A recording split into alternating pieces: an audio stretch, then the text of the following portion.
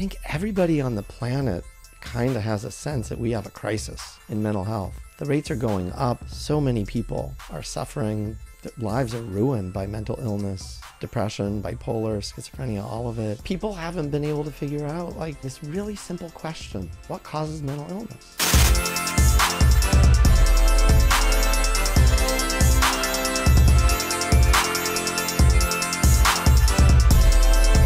I'm a big fan of results. I'm a very results-oriented thinker.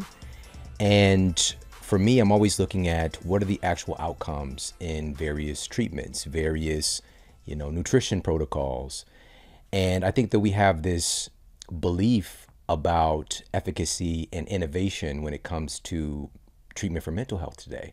But I think people are going to be very surprised to hear for, one of the biggest issues today, number one cause of disability, which you highlight in your book so eloquently, is depression.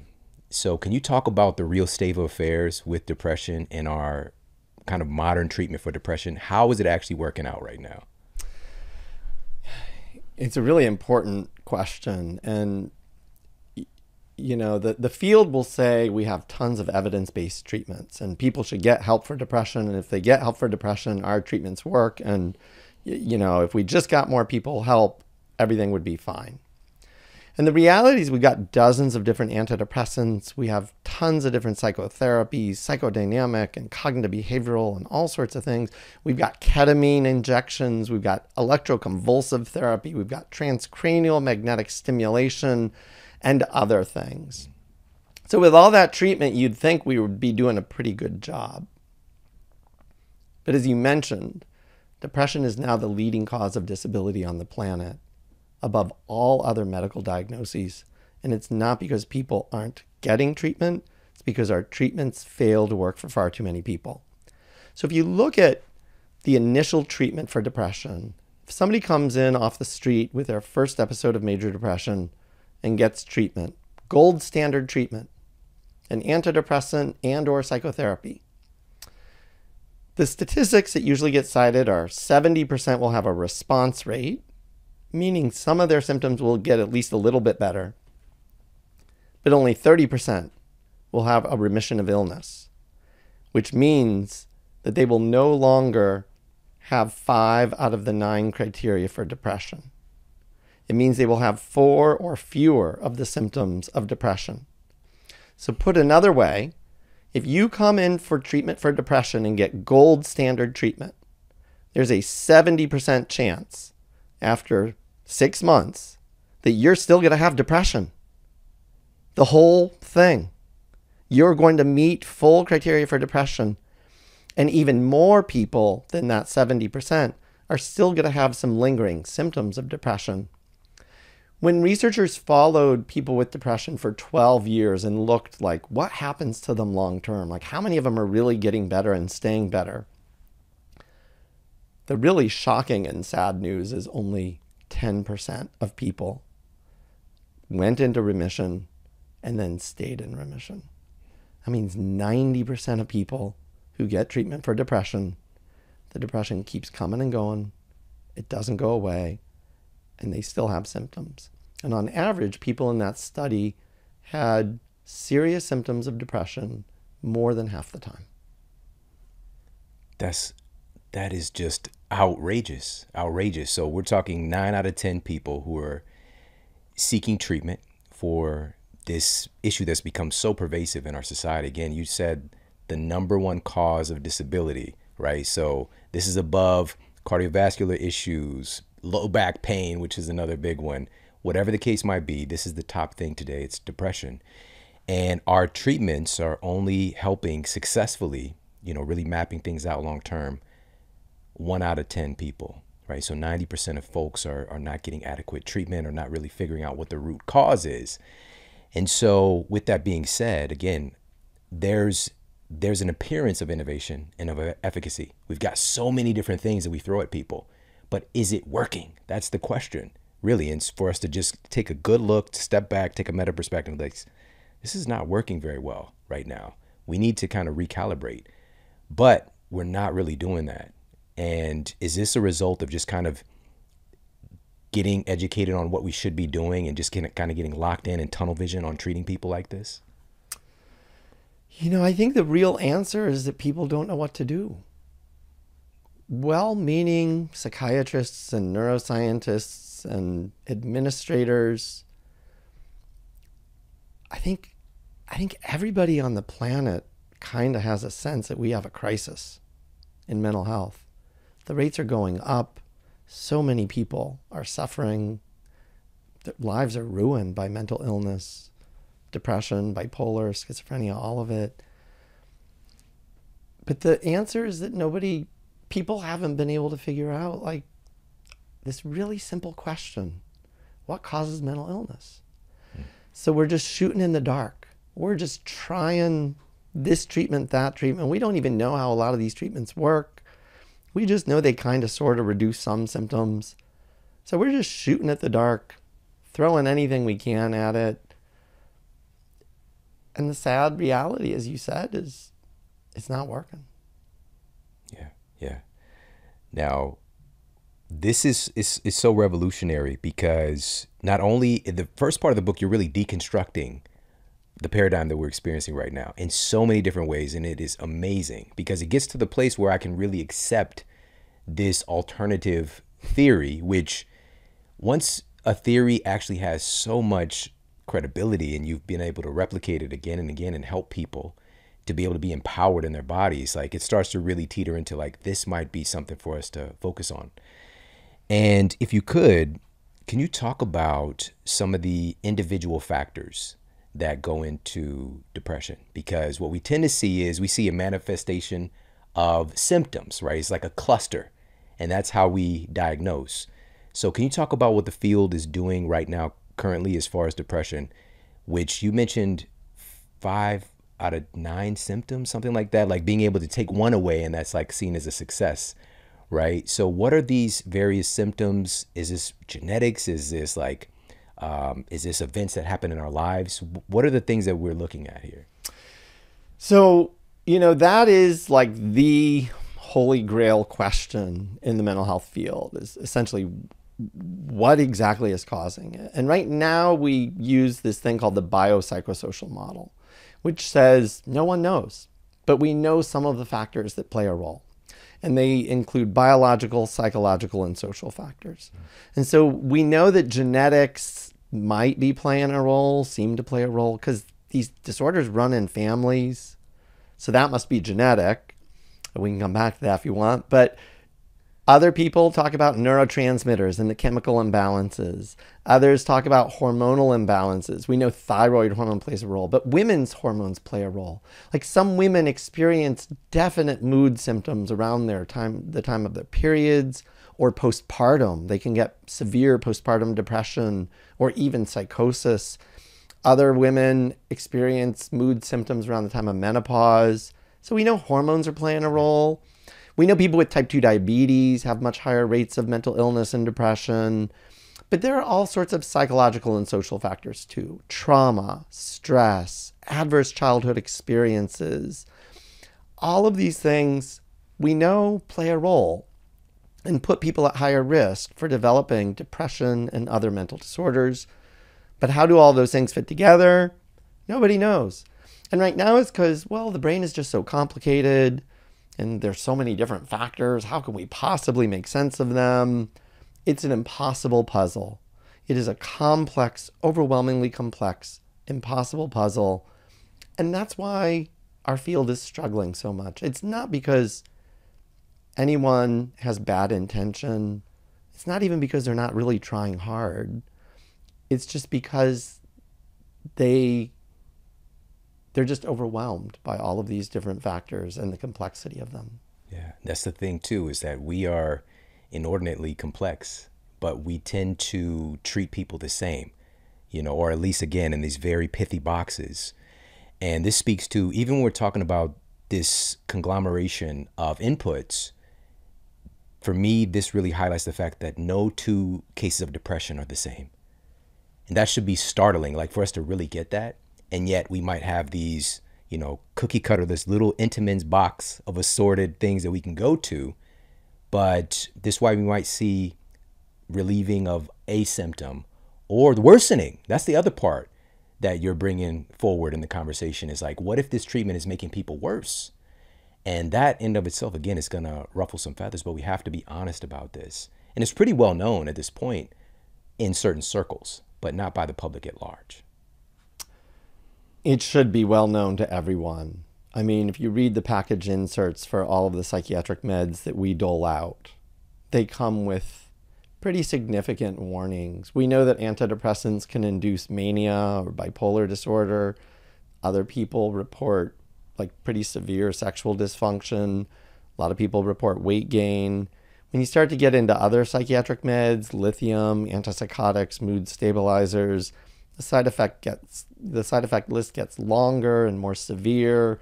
Now we're talking type 2 diabetes, massive amounts of weight gain, early death, cardiovascular disease, permanent neurological problems.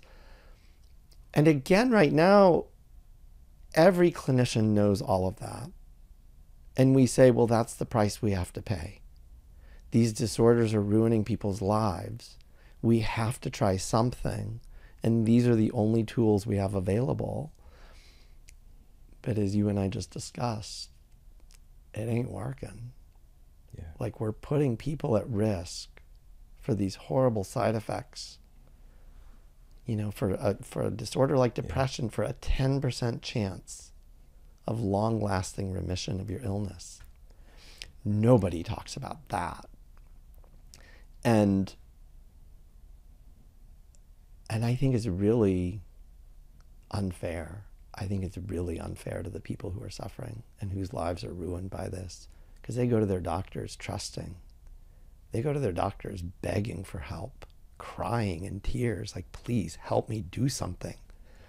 So they'll do anything. They'll take any effing pill. They'll let people apply electricity to their brains. They will do anything. And we're not getting them better. And I am here to say there is a new way based on science, and we need to do a lot better. Yes, absolutely. And you just mentioned it's all of the medications have this black box warning. And what we do is, because again, we want to help people, we justify the collateral damage, right? We find ways in our minds to make it okay to do this.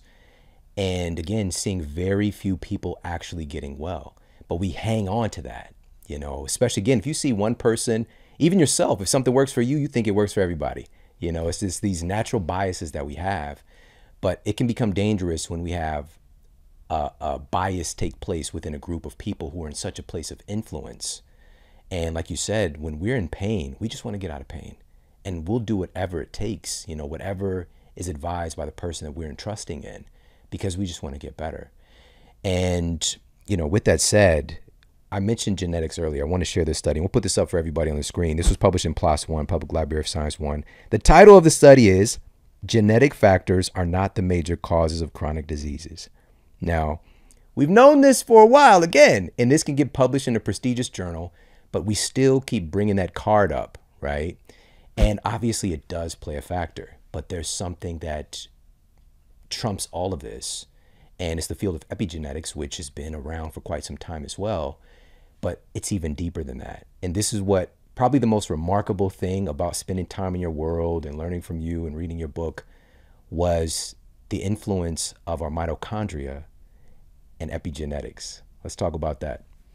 Yeah. So to maybe just reiterate what you said, like so many people are told that their disorders are genetic, and the implication is they're screwed. And they don't, there's no way around it. They're just going to have that disorder for the rest of their life. And so, as you said, the research tells us now that's not true. It's not true. Researchers mapped the human genome over 20 years ago. We have had artificial intelligence on the job. We have had the greatest minds in science on the job, and they keep coming up empty-handed over and over again. There's no genes. There's no genes here. It's not in the genes. We need to wake up to those answers. Those aren't frivolous answers. That's not a negative result. It's a positive result. It tells us stop looking for a gene to explain these conditions. We also know that genetic conditions don't go up exponentially in a population. And so that then takes us to this whole field of epigenetics, which is the expression of genes. Which genes get turned on and off? Because that is changeable and malleable. And if you really want to understand that, as you just said, you have to do a deep dive into these tiny things in our cells called mitochondria.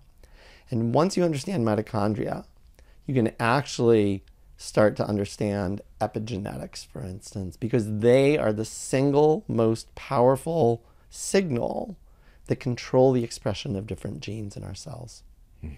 That's so remarkable, because it's just like, I think we hear this term and we understand like epigenetics are going to influence how our genes are expressed. But what is the mechanism that's making that decision or helping to influence what's happening? And this goes to our mitochondria. And so we have mitochondria in virtually every cell in our body, trillions, not to mention we might have hundreds or even thousands of mitochondria in a single cell, depending upon the cell. So we're like mitochondria machines, right? Really, when it boils down to it. We are. And so the health of our mitochondria, I would assume, is going to influence the health of our brain and our cognitive function and our emotional outcomes as well. Absolutely. When you do a deep dive into the science, and I imagine we're probably going to get more into it, but when you do a deep dive into the science, the shocking thing for me, because I didn't start off on this path to come up with a unifying theory of what causes mental illness. I didn't start off on this path to do anything all that special. I was just trying to figure out how the hell is a keto diet helping some of my patients with schizophrenia or bipolar? Like, how the hell is that happening? And that all led me to mitochondria. And then the more that I uncovered and unpacked about mitochondria, the more I realized, oh my God, this is connecting the dots of the mental health field.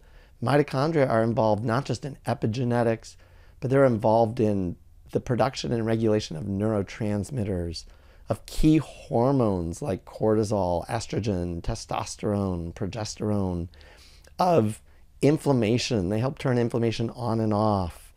They, the gut microbiome is actually communicating with mitochondria and vice versa. Mitochondria help control whole body metabolism. And so when you look at all of these different roles, you can actually start to make sense of, wow, like once you get it, we can start to understand, why are the brains of people with mental illness malfunctioning, if you will? Like, why are they producing anxiety when they shouldn't be?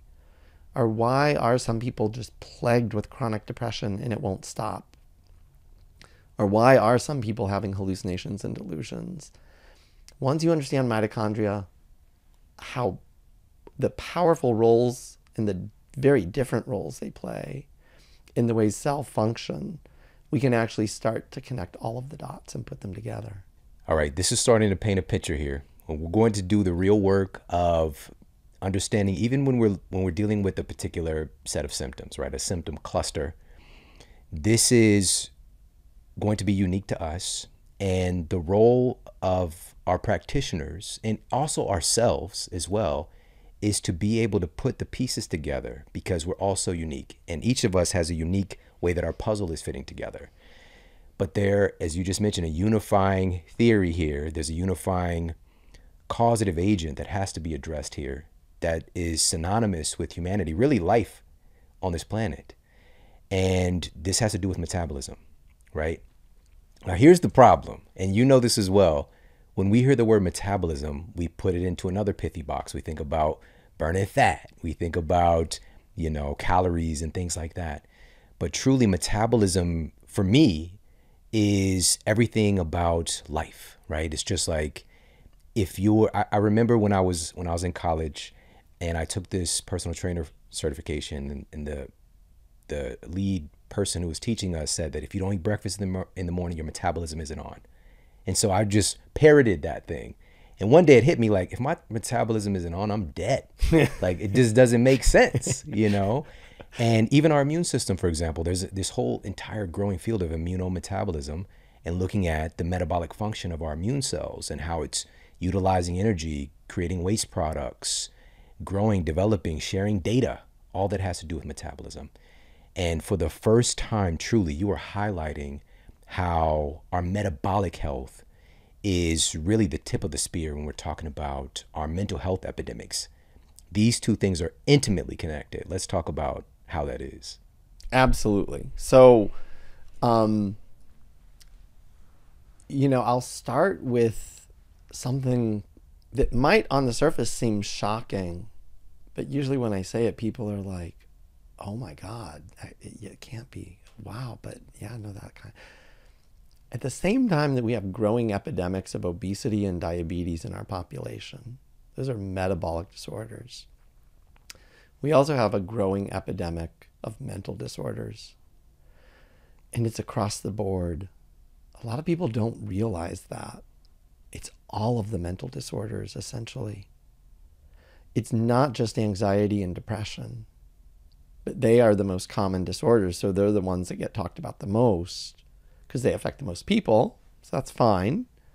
But autism has tripled in the last 20 years. If you go back to the 1970s, it's up something like 83 times. 83-fold increase. That's 8,300% fold increase, which is crazy. And if you look at bipolar disorder, the rates of bipolar disorder have doubled in adults, and they've gone through the roof in terms of children and adolescents. I mean, it's like a 40-fold increase, but that's largely because it was non-existent, like prior to the 1970s, but now it's getting commonly diagnosed. But rates of ADHD are up, rates of personality disorders are like everything's going up. And on the surface, everybody's scratching their head like, what is going on here? Why are all these mental disorders increasing? This can't be. It can't. So some people go into the category of, I can't even believe it. And other people are like, well, maybe we're just recognizing it more. But the researchers really doing this work are saying, no, guys, no, folks, these rates are really skyrocketing. And so when we think about metabolic health and mental health, what I'm arguing is that they are inseparable. That at the same time, a bad metabolism or a faulty metabolism or an insufficient metabolism, whatever we want to call it, a metabolic problem can make someone overweight or obese. There's no question about it. A metabolic problem can be associated with having a heart attack or a stroke. Everybody kind of knows that. But what I'm saying is metabolic problems also affect the brain. Plain and simple. In the same way that a metabolic problem can make you die of a heart attack and it can adversely affect your heart, guess what, folks? It can affect your brain too. The brain is not just immune to metabolic problems. Like, we know that metabolic problems affect the heart and the kidneys and the liver and your fat cells and all sorts of other things. Why the hell does anybody think the brain's not affected? Like, at the end of the day, it's kind of that simple. Yeah. And when we have our model, again, you talk about this as well in the book, the DSM, and being able to identify certain symptom clusters and diagnose somebody, how often, if you could, because this is your world, can you talk about how somebody's diagnosed? Because on the surface, it's going to be based on a conversation. But are we doing blood work? Are we looking at these metabolic factors? Are we looking at their insulin levels, their blood glucose, their inflammation markers? Are we looking at, what's going on with various hormones? We're not, for the most part, some really good clinicians are doing some of that work. Tragically, most are not. And so DSM is kind of the Bible of psychiatry. And the premise of DSM is that there are all these different diagnoses: schizophrenia, bipolar, depression, alcoholism, autism, anorexia. And when I say those words, everybody kind of knows automatically. Those are household words. Everybody's heard them. for their whole lives. Like, I've heard them my whole life. Everybody knows what those are. And they represent very different things. They're very, like, somebody with autism is different than somebody with schizophrenia, who's different than somebody with anorexia, and that's different than somebody with anxiety.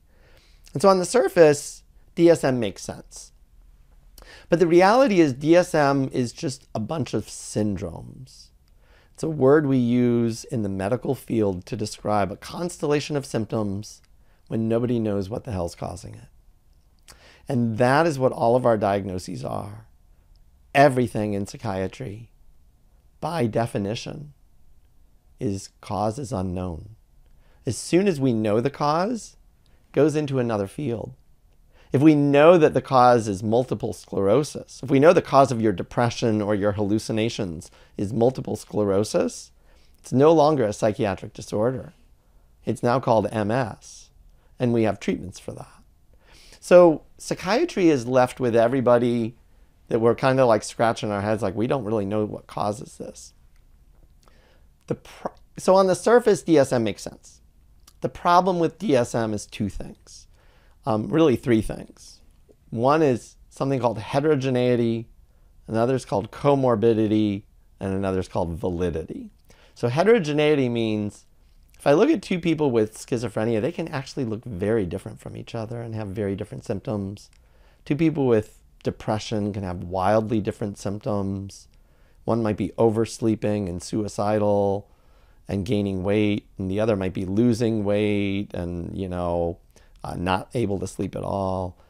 So that's heterogeneity. Like, even though the labels sound good, when you look at real people, they can look wildly different from each other. The real problem is comorbidity. If you get diagnosed with one disorder, you're much more likely to have more than one. Although we package them up, if you look at real people getting treatment, on average, they have 3 to 4 different disorders.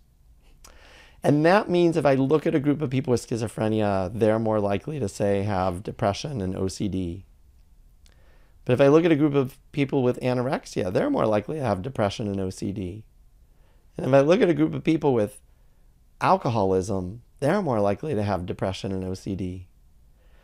And so it all kind of starts to fall apart. Like, well, wait, these people are starting to maybe look a little more similar than different, yet they got some differences going on. And as you said, at the end of the day, they're all unique individuals with their own set of symptoms, with their own diagnoses, with all of it.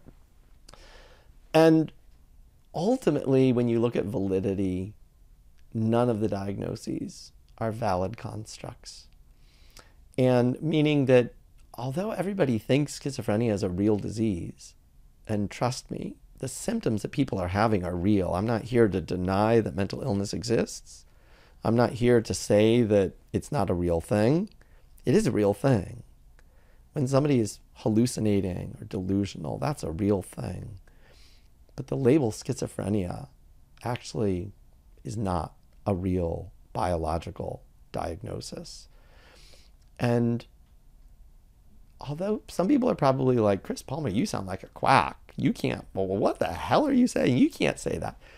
I'm not alone. The National Institutes of Health abandoned DSM over a decade ago because they were like, we're not getting anywhere with it. This isn't real. It's just not real. We got to move on. We got to move on to some other model. Unfortunately, we haven't moved on.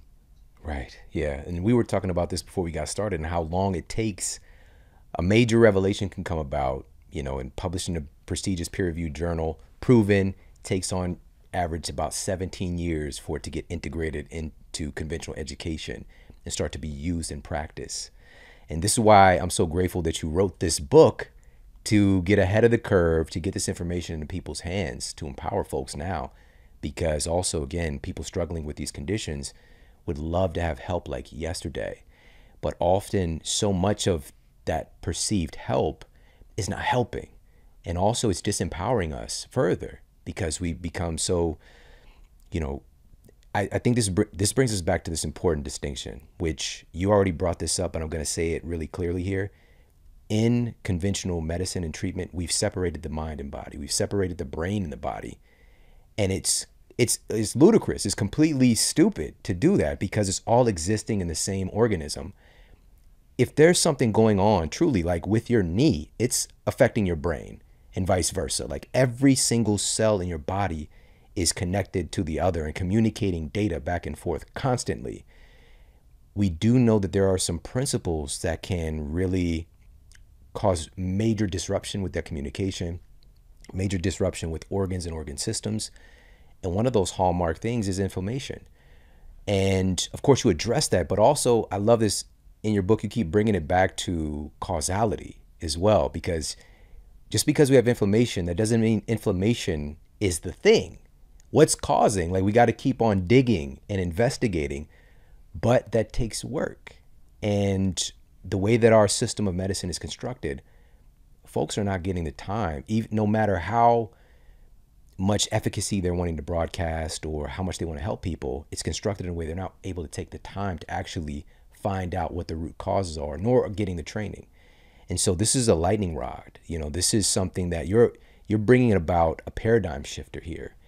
And with conversations like this as well, getting this information to people's hands, it could change things very quickly. Now, to bring this back to more of a point of like tangibility for people, like it's some of these things that we're aware of, especially in this community, talking about metabolic health and mental health, you shared some insights on insulin in the brain, for example, because we think about insulin, again, this hormone that helps us to open the cell up, store some energy, get things going, whatever the case might be. But insulin works a little bit differently in the brain. Let's talk about that. It does. And, you know, it's interesting because researchers have known for many decades that there are insulin receptors in the brain. But up until about 20 years ago, they largely ignored that. They just thought, well, that they can't possibly be there for any good reason. because they assume that insulin is only produced in the pancreas, and that insulin is about you eat food, and especially food that has carbohydrates, and then your pancreas pumps out insulin to help that glucose get into cells. That's the end of the story with insulin.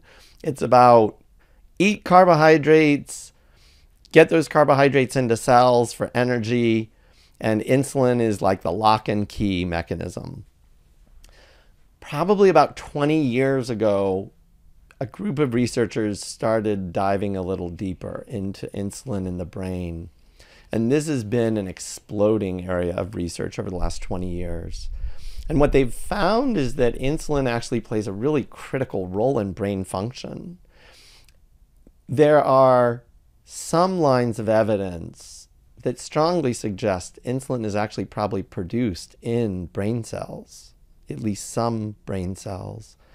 And that when it is, it's probably functioning more like a neurotransmitter than it is like the lock and key mechanism to let glucose into that cell. Insulin ends up playing a profound role in mitochondrial function of brain cells. And so it's still connected to metabolism. It's still connected to energy production, but it gets much more complicated in the brain. And the real answer is, this is a new area of research. By far, we don't have it all figured out. But what we know is that, number one, insulin plays a powerful role in brain function. Number two, it's not as simple as the model of insulin that we've had for a long time. And number three, when this insulin signaling is off in some way or another, problems with brain function and brain metabolism can occur. So one thing that can happen, for instance, is this thing called glucose hypometabolism. And what that means in plain English is that some of your brain cells aren't getting enough energy from glucose anymore. And we know that that's associated with Alzheimer's disease. So some people are calling it type 3 diabetes, but it's also associated with schizophrenia and bipolar disorder and even chronic depression, and believe it or not, alcoholism. And so So all people with those disorders and diagnoses have different areas of their brain that aren't getting enough energy from glucose.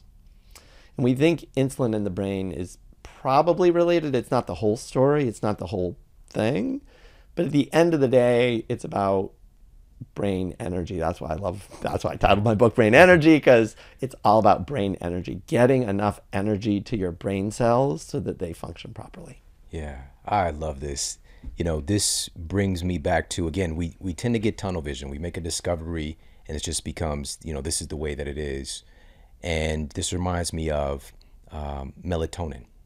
This discovery of this sleep-related hormone has really been labeled as the sleep hormone, but it's downplaying how important it is for overall circadian health and the impacts that it has on, our cell replication and reducing rates of cancer. The list goes on and on. But for the longest, and still I think a lot of people even today, even in the healthcare field, believe that, melatonin is produced in the brain, end of story. And today we know that we've got these enterochromaffin cells like in our gut that are making melatonin, that can store melatonin as well. We can have our pineal gland removed, which I don't recommend. All right. But we still have ample amounts of melatonin in our bodies. And it's just like, why? What's going on here? It's because, again, we're thinking that the brain is just cut off from everything downstream. It's just like, it's not related, right? This thing is happening in this part of the body that doesn't have to do with the brain. But in reality, a lot of the things that our bodies are doing, the brain does as well. And it even does a lot of stuff itself, like the production of cholesterol. Like your brain makes cholesterol, and we have this tunnel vision on that whole story. And so this is bringing me back to this point with insulin.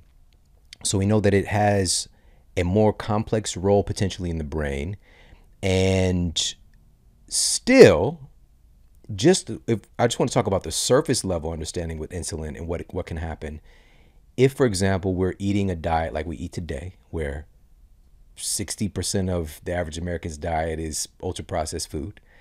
And it was actually researchers at Harvard denoted that the brain will easily confiscate up to 50% of the sugar calories that you consume. Like the brain is just, through our evolution, is just hardwired to sop up that glucose because it's only 2% of our body's mass, but it consumes like 25% of our calories, right? Especially sugar if it becomes available. So what happens if sugar is just getting shot into the brain in droves? Is this going to disrupt insulin? Can it create insulin resistance in the brain? What can that do? So let's talk about that. It does. So high levels of sugar, we know that high levels of blood glucose will adversely affect brain function and the brain overall. They result in this, they kind of, a simple version would be this. All that glucose overwhelms mitochondria and it causes something called oxidative stress in mitochondria. And so what that means is they're producing more reactive oxygen species. This is where antioxidants come in, is like, saving the day because we want to reduce oxidative stress. But when they get overwhelmed with all this glucose, higher levels of oxidative stress, that leads to higher levels of inflammation. And it can result in this whole cascade of events of now we've got insulin resistance. The shocking thing is this glucose hypometabolism. So high levels of glucose can end up resulting in your brain cells having less ATP than they should. So too much fuel results in the engine not working as well. You could think about it as for people who like cars, think about it like flooding your carburetor. Your carburetor needs very finite, discrete amounts of gasoline infused at the right time in the right way. And if you flood your carburetor, like if you're really pushing on the gas and trying to start your car and stuff, you flood it, now it's not going to work at all. Something kind of similar is happening in the brain. If you flood the brain with too much fuel or glucose, the engines, which you could think of as the mitochondria, actually start to break down and they get overwhelmed, and now they're not producing enough energy, and all sorts of havoc can be wreaked as a result. If that goes on long term, brain cells can shrink and die. They can stop functioning properly. When they stop functioning properly, you can get mental symptoms. You could get brain fog or memory impairment, but you might have depression or anxiety, and in extreme cases, hallucinations or delusions. But at the end of the day, too much glucose can lead to insulin resistance, or it can go the other way. Insulin resistance can lead to too much glucose. It's kind of a circle. But once you get into that feedback loop, you've got poor metabolic health, and then your brain and body aren't functioning properly, and then you start getting symptoms of some kind of chronic disorder. Yeah. Wow. You just said a vicious circle happens, and then we get into this place of learned helplessness, trying all these different things. And I love the analogy with the cars. It's a Fast and Furious analogy, and even thinking about it, the sugar impact, just fast and furiously getting driven into our brains. And then we get this, we'll call it the Vin Diesel effect, all right, with the carburetor, and it downregulating our ability for our brain to make energy. Like, wow. And but again, it's illogical, because if we think about insulin resistance or leptin resistance, and this thing happening so frequently, and the body's making an adaptation, because it could be dangerous to do too much of this thing, or it can be like there's a environmental mistake happening here. There's no way this amount of sugar can be coming into this brain right now. Like, we just didn't evolve with this kind of access. But yet we have all these sugar gates, that allow this. Wow, it's so fascinating. And this reminds me of something you mentioned, this skyrocketing rates of autism, and something that was incredibly rare is now becoming more and more common. And we've got to take a step back and ask why, what is happening?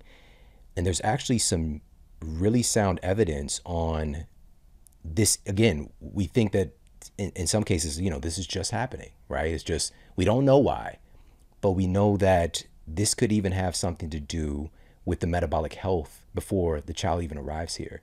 This can have something to do with the parents. Let's talk about that. Absolutely. So, as you said, the best scientists in the world are scratching their heads like, what is going on? Autism shouldn't be increasing like this. And everybody's struggling to understand what's going on. But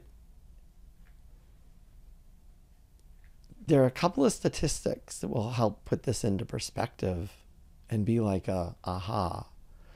So, and this is not at all about blaming people with autism or autistic people. This isn't about saying they're eating a bad diet. This is about their neurodevelopment. And something made their neurodevelopment go offline, or at least be different, neurodivergent, or neurodiverse, whatever we want to use. And I'm not here to be mean to autistic people. I'm not here to bash them or say that they're disordered or that they can't be good, productive members of society, because they can, and I don't want to diminish them. But women who are both obese and diabetic when they are pregnant have a 3 to 4-fold increased risk of having an autistic child. Men who are obese have double the risk of having an autistic child.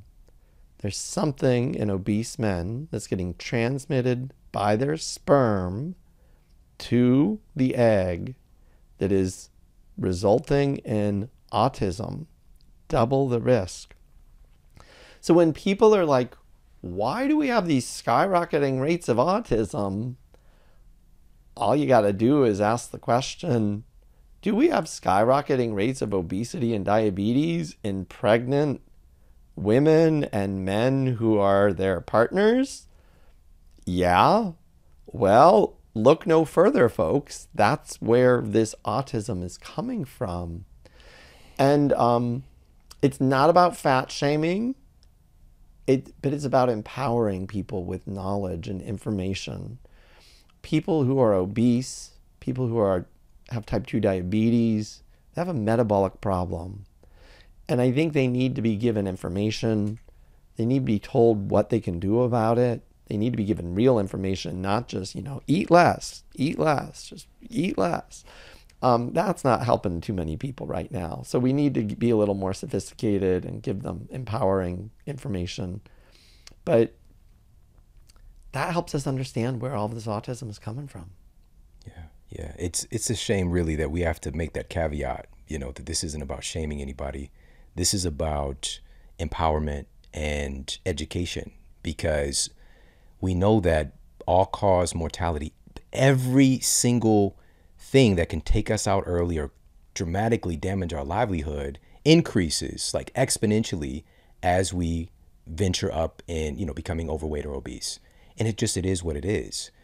And with that caveat, it's a mission to really normalize what we're seeing here, which right now, over 240 million Americans are overweight or obese, right? Something that was incredibly rare just a couple decades ago is now become the norm.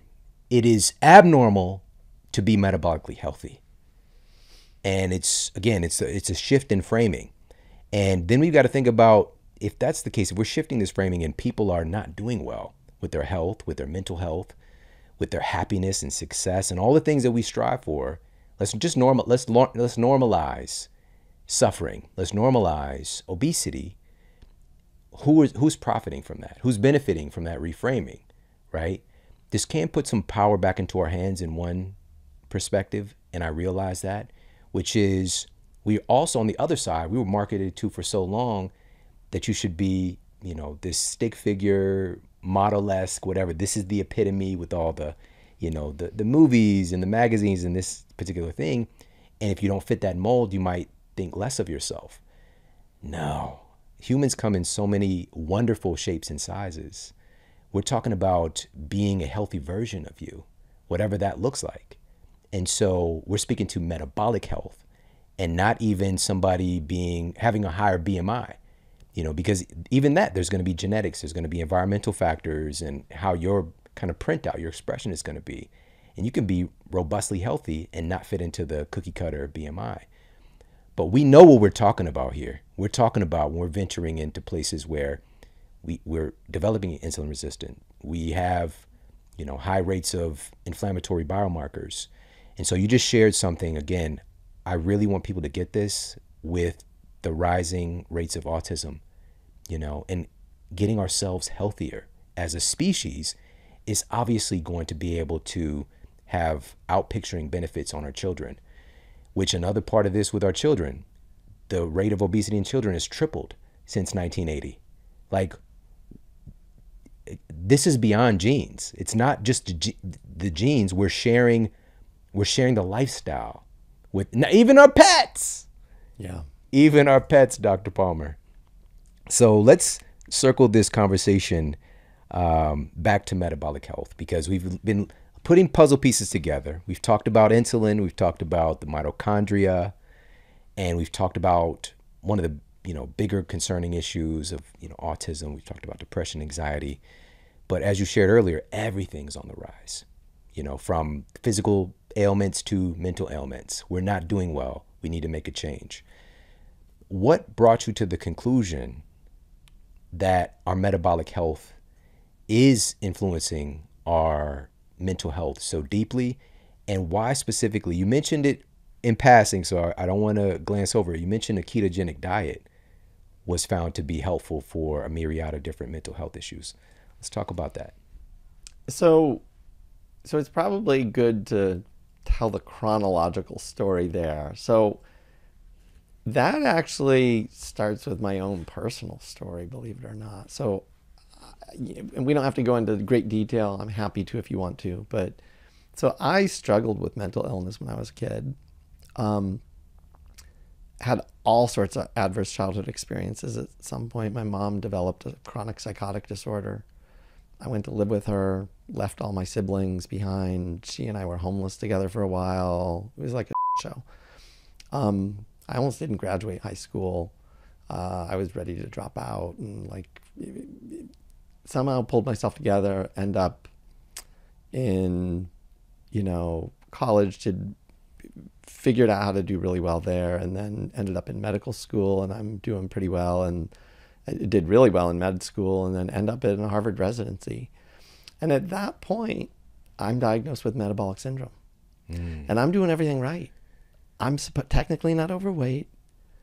I'm on my low-fat diet, just like they're telling me, eating my Entenmann's because those are supposed to be healthy for you. Low fat. Low fat. I was on my low-fat Entenmann's and low-fat ice cream. As long as it was low-fat, it was supposed to be healthy for you.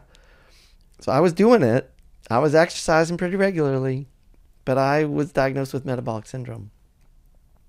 Year after year, the doctor's like, you got to do something. You got to do something. You can do a lower fat diet, exercise more. I'm doing it. Nothing's working.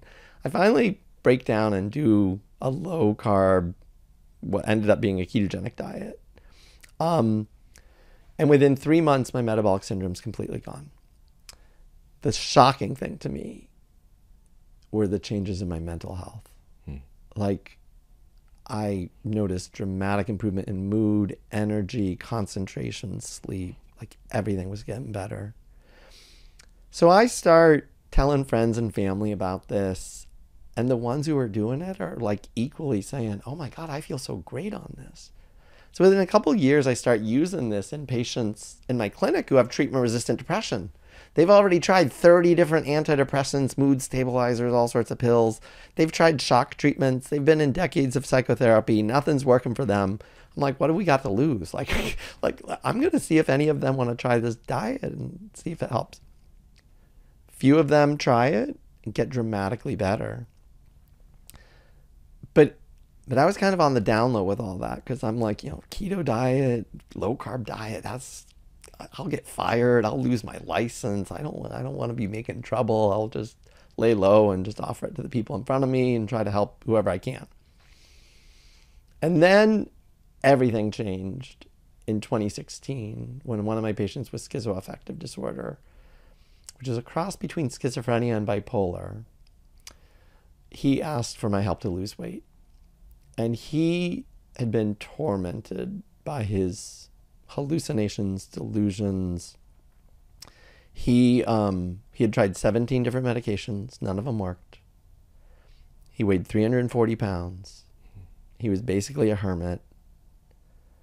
And he's like, I want to get a girlfriend someday. And I know that I'm like a loser in a million ways. I'm schizophrenic. I live with my dad. I don't work. But I'm also really fat. And maybe that's something I could do something about. Will you help me lose weight? So we decided to try the ketogenic diet. I didn't think it was going to do anything for his symptoms, because schizophrenia is totally different than depression. Or at least I thought at the time. But within 2 weeks, he starts losing weight. And I start noticing this powerful antidepressant effect. I'm like, well, that's nice. Oh, wow, I didn't expect that with you, because you've got schizoaffective disorder. I didn't expect you to be getting this antidepressant effect, but that's cool. It's great. See you feeling so good. And the thing that entirely upended everything that I knew as a psychiatrist was 6 to 8 weeks in.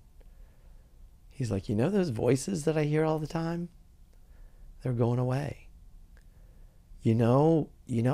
And then like a couple of weeks later, how I always thought there were all these families who were targeting me and could control my thoughts and were, trying to hurt me. And he's like, I don't think that's true anymore. Now that I say it out loud, it sounds kind of crazy. Like, maybe I've had schizophrenia all along, like everybody was always trying to tell me, and I never believed. And maybe it's going away. That man went on to lose now 160 pounds and has kept it off. But much more importantly, he was able to do things he hadn't been able to do since his diagnosis. He completed a certificate program, was able to go out in public, not be paranoid, was able to perform improv in front of a live audience, able to move out of his father's home for a period of time. That completely upended everything I knew as a psychiatrist, because schizophrenia is not supposed to go into remission.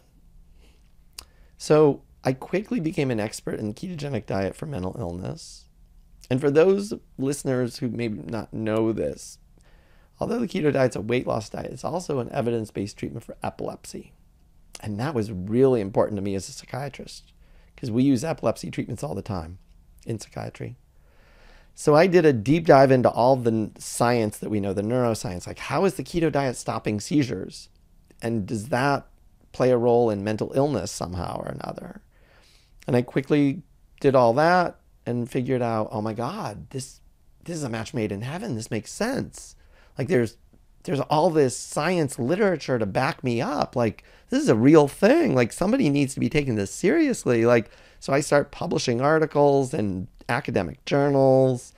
I'm now collaborating with researchers around the world, treating dozens more patients, hearing from all these people who are putting their chronic schizophrenia, bipolar, chronic depression into full lasting remission, sometimes off meds. But I didn't stop there, because I was still like, wait, bipolar is not supposed to go into remission. It's supposed to be a lifelong diagnosis. Schizophrenia isn't supposed to go away. That's supposed to be a genetic lifelong disorder that requires medication for the rest of your life.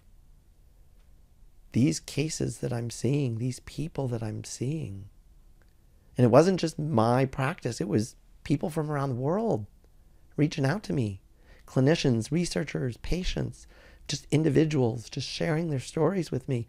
I'm like, this is huge. And initially I was really just perplexed. I was like, this is a really important clue to this big picture question, like what causes mental illness? Like, this isn't supposed to happen. This is going against everything I've been taught. And if I can maybe do a deep dive into this science, maybe I can better understand it. So to finally circle back to your question, at the end of the day, when I really did the deep dive into the science, I learned that all of this scientific evidence has been accumulating for over 2 centuries. 2 centuries ago, 1800s, researchers knew that diabetes, type 2 diabetes and mental illness run in the same families. They knew it before we even knew what insulin was. We now have tons of evidence to back that up, all the way down to the cellular level. We have hundreds of studies to document that. But that was known 2 centuries ago. Since the 1940s, researchers have been identifying metabolic abnormalities in the brains and bodies of people with serious mental illness. Insulin problems, glucose problems, lactate problems, all sorts of differences in these metabolic biomarkers, higher levels of inflammation, all this stuff. So at the end of the day, the metabolic theory of mental illness is not some wild speculation. It's not a shot in the dark. It's not, I'm just trying to explain away the keto diet.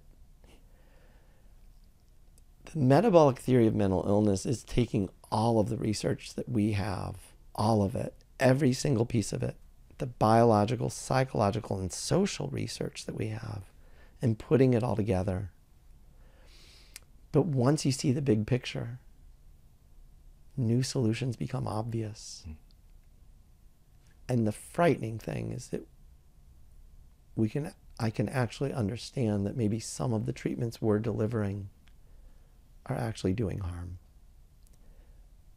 And I have to say that's like the most heartbreaking thing as a clinician. That for 27 years, I may have been prescribing pills that were reducing symptoms in the short run, but probably have been keeping people ill in the long run. And so we need to do better. you're an exceptional human to be able to see that within yourself and to share that message and to share your story and to have that revelation. None of us wake up in the morning like, you know what, I want to be wrong today. Or, you know what, I want to be wrong for the past 20 years. Like, we build our identities around these things.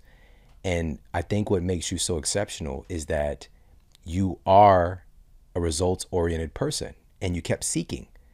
You didn't turn it off. You didn't turn off that pestering thing, like something isn't right here, and that trying to figure out process, that investigation. And so here we are today. And again, even through this moment right now, being able to impact people in an entirely new way, but also most importantly, influencing influencers, right? Because, man, I mean, this is so remarkable. You know what?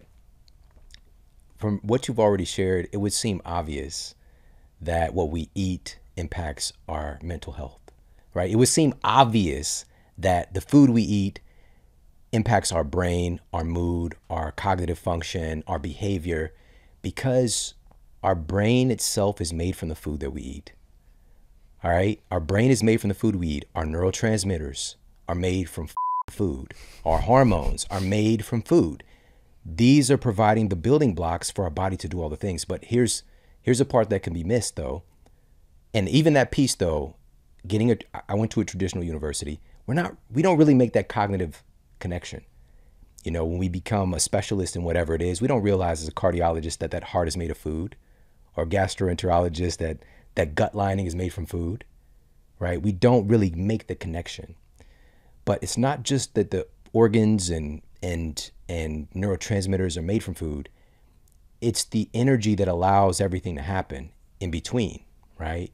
So you gave that analogy earlier, the Vin Diesel analogy, with what's fueling all these processes, and the quality of that fuel matters.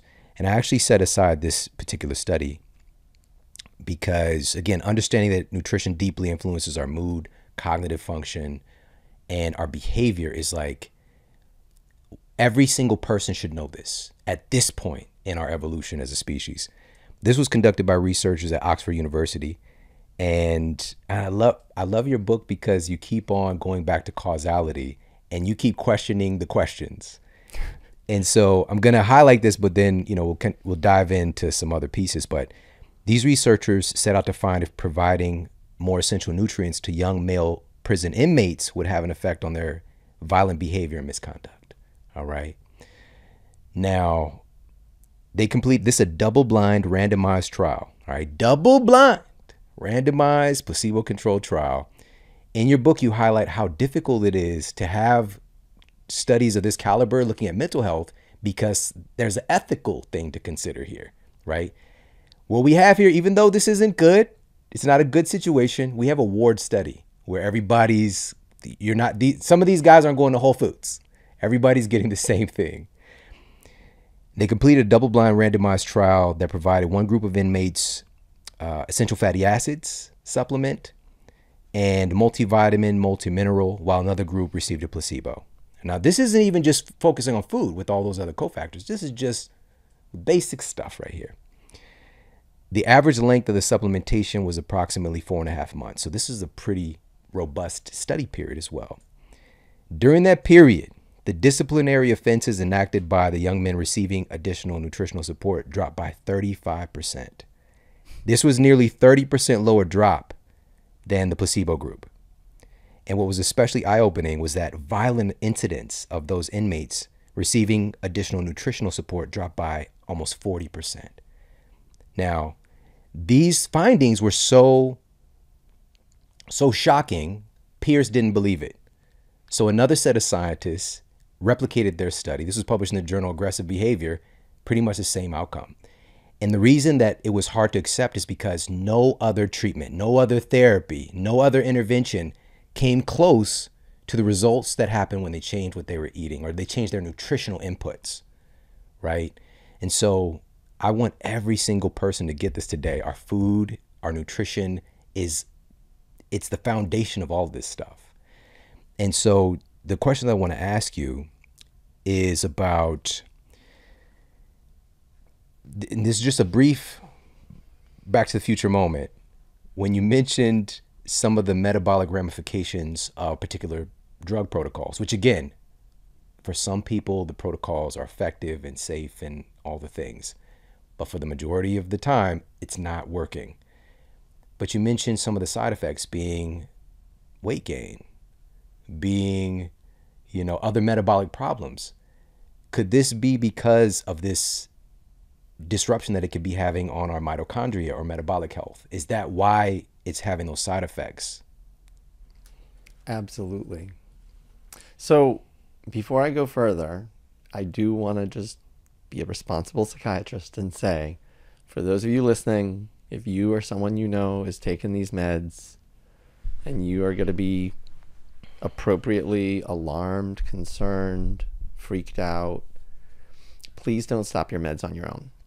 Please don't go and say, oh, I just heard this doctor, and he's saying that my meds might be harming me, so I'm going to stop it cold turkey.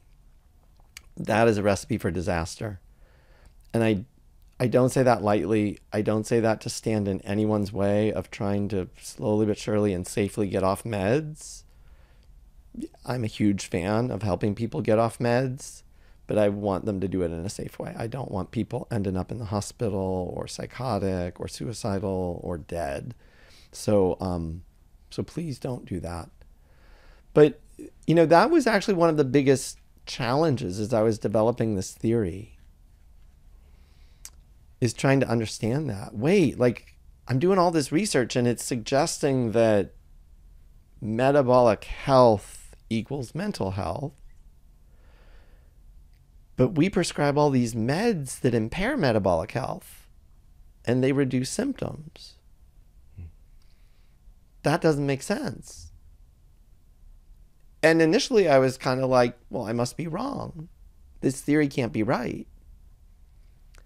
And if it is right, I have to understand how to explain that. I have to be able to explain that in a detailed scientific way for anyone to take this seriously.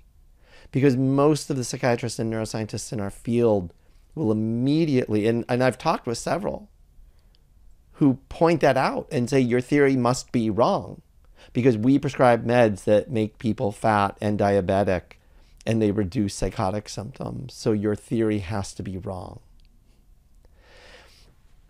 And it forced me to keep digging and keep refining. I had to keep refining and editing this theory to line up with everything that I knew and to reconcile it with all of the existing evidence. And the easiest way to explain it is that when a brain cell, or any cell for that matter, is metabolically compromised, a few different things can happen to it that are very clinically relevant. Two of them are really critical to understand. And one is that cell can become underactive.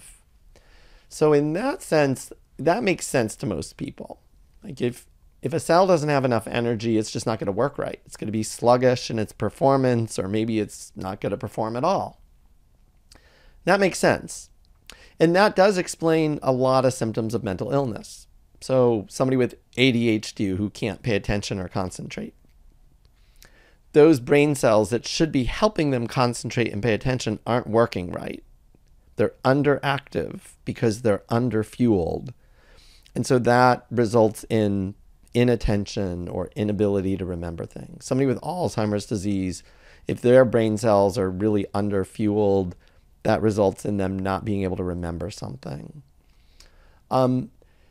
But one of the other consequences of metabolic dysfunction in a cell is that the cell can actually become hyperactive, or something called hyperexcitable. And when a cell is hyperexcitable, what that means is that it's producing a sensation or something that should not be happening. The extreme version of hyperexcitability is actually a seizure in the brain. But you can get it in your muscles, like a muscle spasm is a hyperexcitable muscle cell.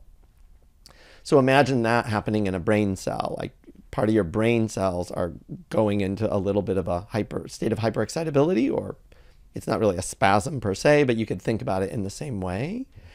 And then it's producing something that shouldn't be there. So if your muscle cell spasms, you kind of feel something that you shouldn't normally be feeling. You shouldn't really think about your muscle at all. But if it's spasming, you're like, ow, that hurts. I'm feeling it. It's getting tight, whatever. If the part of your brain that controls your anxiety is hyperexcitable, it means you're going to have anxiety when you shouldn't.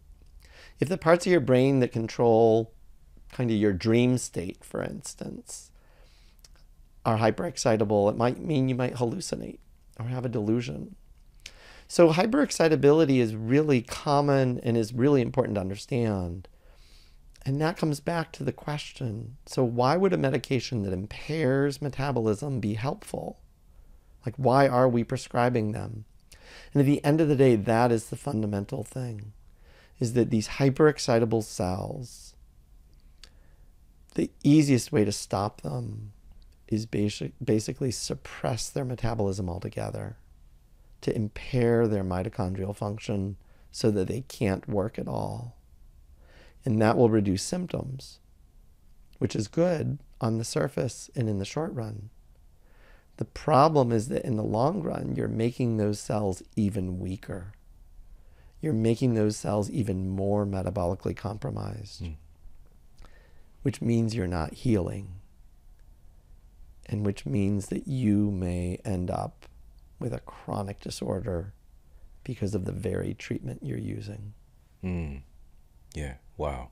Thank you for making sense of that and unpacking it. This would also speak to why a treatment might work short term, right? For a little while, we take a particular antidepressant and we feel normalized, we feel better. But then maybe 2 weeks later, maybe 6 months later, whatever the case might be, we have a new manifestation of a similar symptom cluster, right? And it's just like, oh, that's not working anymore. Or different symptoms can manifest because, like you said, we're not healing. We're not actually looking at what is the root cause in the first place, and also we're suppressing metabolic function temporarily, which is going to lead to long-term metabolic breakdown for most people, more than likely. Now, you mentioned with epilepsy and the excitability going on, I immediately thought about, I lost a friend, man. He's one of the best people I knew. He opened a bookstore in our community, which is a low-income community, just like a pillar. So insightful, such a good human. But I didn't know this stuff then. I was working at the university gym, and he's my client and friend, and he had a seizure in the shower and died. Wow. And this was about 15 years ago. And, having access to so many tools, he was vegetarian, so very high carbohydrate based diet and all the things. And there's a tie-in though, as you mentioned earlier, with epilepsy and the keto diet, and also with mental health. And what is the crossover there? Like, why would this diet that's so effective for that? Is this because of what's happening with our nerves and the excitability and helping to normalize things? Let's talk about that. It is. So, epilepsy and mental health have so much overlap, and a lot of people don't necessarily realize this, because epilepsy is a pretty rare disease. It's a rare thing. But we use epilepsy treatments every day in tens of millions of people with mental health diagnoses. Medications like Valium, Klonopin, Xanax, everybody's heard of those. Those all stop seizures too. And some of them were developed actually for seizure prevention. But all other things like Neurontin or gabapentin, Depakote, Tegretol, Lamictal, a lot of people who've heard those words know them as mental health treatments. Like, that's a mood stabilizer, or that's an antidepressant, or my friend's on that for her anxiety. But actually, those are all seizure treatments. So we've long known that seizure treatments can work because they're suppressing hyperexcitability. And again, symptoms of mental illness are often due to hyperexcitable brain regions. So it makes sense that anything that reduces hyperexcitability, at least in the short run, will help suppress symptoms of mental illness in the short run as well. But the overlap even between people with epilepsy and mental illness is strong. People with mental disorders across the board, depression, anxiety, personality disorders, ADHD, much, much higher rates of seizures. Much higher rates of seizures across the board. Usually at least double the risk, sometimes like 6 to 10 times the risk. So that's 600 to 1,000% higher risk of having seizures. But the other way works too. People with epilepsy are much, much more likely to have mental disorders. One study found almost 50% of people with epilepsy are suffering from depression at any given time. A lot of people with epilepsy try to kill themselves, often before they even get diagnosed with epilepsy. So everybody thinks, well, I might try to kill myself if I had epilepsy. That would suck. It's not psychological. The epilepsy is a symptom of brain metabolic dysfunction, and suicidality is also a symptom of brain metabolic dysfunction. And so that brain metabolic dysfunction is causing both symptoms. But even for serious mental disorders, people with epilepsy 9 times more likely to have schizophrenia. They're much more likely to have bipolar disorder. It depends on what study you look at. I found one study actually at one point that found a 25-fold increased risk of bipolar disorder in people with epilepsy compared to people without it. It gets tricky because people with epilepsy will have mood instability. And some clinicians will diagnose that as bipolar, and other clinicians will just say, well, that must just be your epilepsy. I'm not gonna label you with a mental disorder. You've got a neurological epilepsy disorder. We'll just leave it at that. But they still treat it as though it's bipolar disorder, and they're still flogging the person with all sorts of anti-seizure and mood stabilizer medications. So the overlap is tremendous. Holy moly. You just mentioned that myriad of drugs that were designed and approved by the FDA for this purpose, but then the off-label usage is so rampant in the field. And drug companies, little not so fun fact, they're not legally able to market those drugs for off-label use. But Neurontin, in the case of Neurontin, for example, there's a huge, huge fallout from that. And it's one of the top most prescribed drugs even to this day. But there was a massive fine. I think it might have been like one of those $1 billion fines doled out.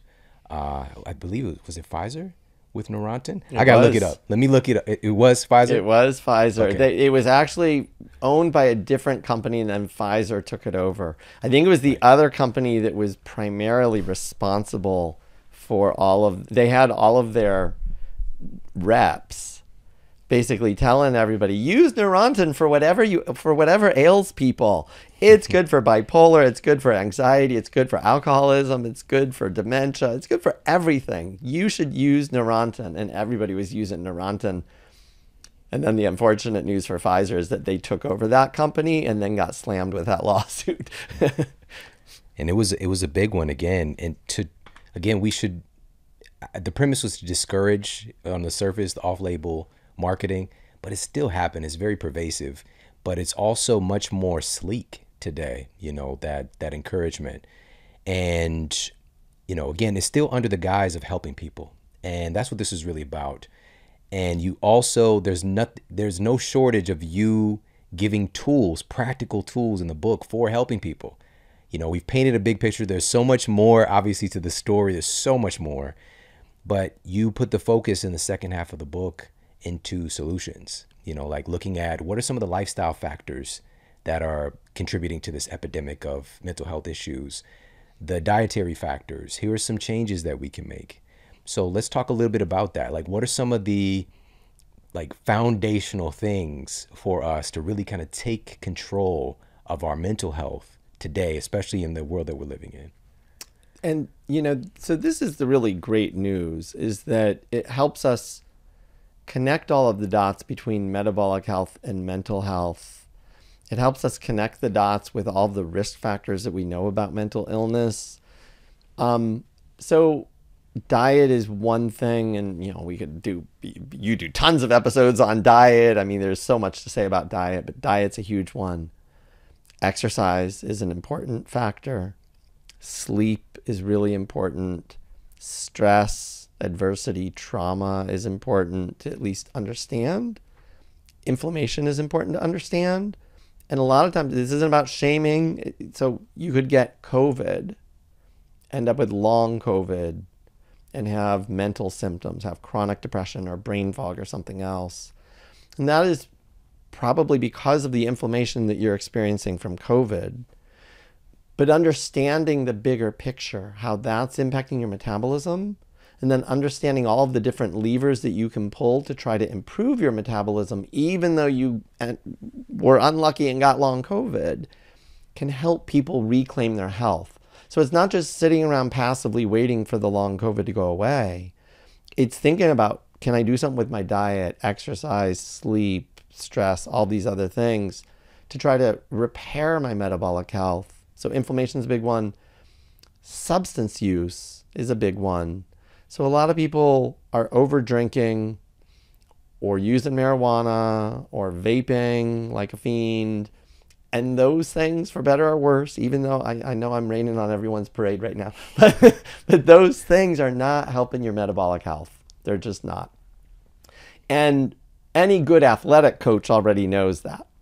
If you've got a good athletic trainer or coach and you're preparing for a marathon or a competition, they're going to tell you all that shit needs to go. I'm sorry. They're going to rain on your parade. So as a metabolic psychiatrist, I'm going to rain on your parade too. And I'm going to say, if you're doing those things and you're healthy otherwise, just keep doing them if you want. Maybe you're healthy enough and resilient enough to be able to do them. But if you're suffering in some way, if you're struggling with your metabolic health, if you're struggling with your mental health, those things might be playing a role. And so those are levers you can pull. You can just at least be aware of them. But, psychological and social things matter. Relationships, having a sense of purpose in your life. Those things can induce stress responses. Like if you feel like I'm meaningless, I'm empty, nobody cares about me, I'm not doing anything important in the world, people probably wouldn't even notice if I was gone. That kind of emptiness and lack of purpose induces a stress response, which absolutely plays a role in your mental health, but also your metabolic health.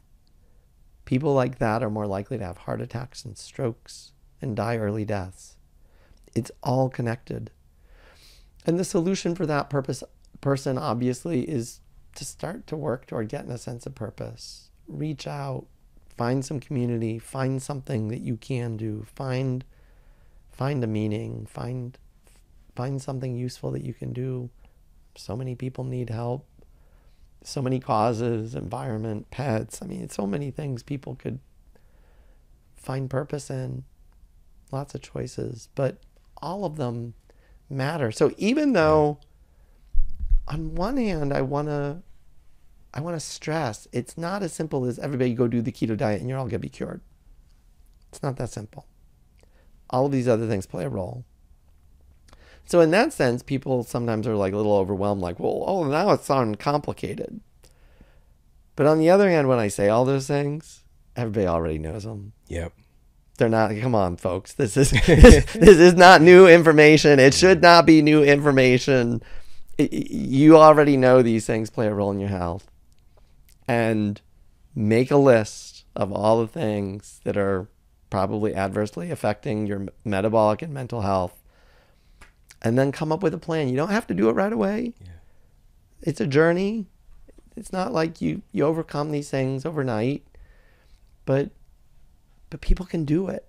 They can get there. And I see people who had been told your life is essentially a second-class life because you have this label. You have chronic depression and we don't know what to do. You have bipolar, you have schizophrenia, you have a personality disorder. There's nothing we can really do for you. You're failing all the treatments. And that's the way it's put. You're failing. I say the treatments are failing you, and you need empowerment, and you can do something to get better. Dr. Christopher Palmer, wow, you just blew my mind. Wow. Thank you so much for doing this work and putting this book together for all of us at this time where we really need it. And if you could you let everybody know where they can pick up your book and where they can get more into your universe and stay educated? The easiest place is to go to brainenergy.com. So you can get the book there. It's available most major booksellers.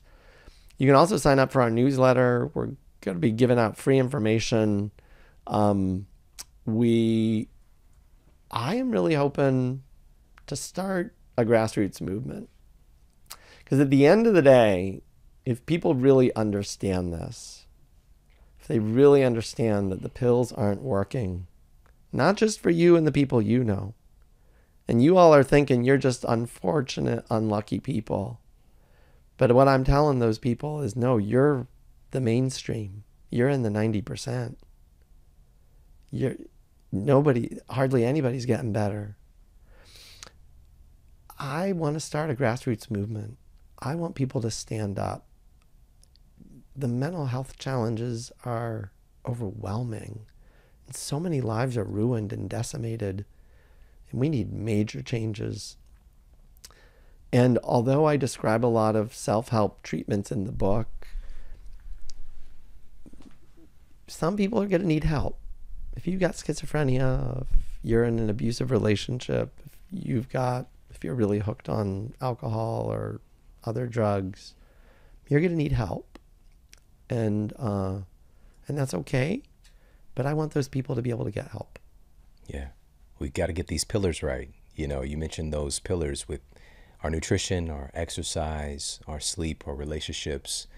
If we just look at it like, four legs of a table, we move one of those pillars out, all of a sudden we've got a higher probability of this tipping over. Yeah. And if we move two or pulled out, guess what? Like we've got inevitability of problems. One, the list goes on and on. So where can we start to put some focus? That's what this is about. And also, like you said, this isn't a revolutionary thing for us to take care of these things. These are things our genes expect of us. But are we doing it? Are we making it a priority in our, quote, busy world today, which we use that as an excuse? There are so many cool ways. It's just really, what are you tuned into and what are your priorities? Because you can knock out all four of those in like an hour, to be honest, and the relation. You could do the exercise with your significant other, your best friend. My wife just did that. Did a workout with a friend yesterday, and they grabbed some food and the whole thing, right? So they've got those three of those pillars knocked out. And guess what?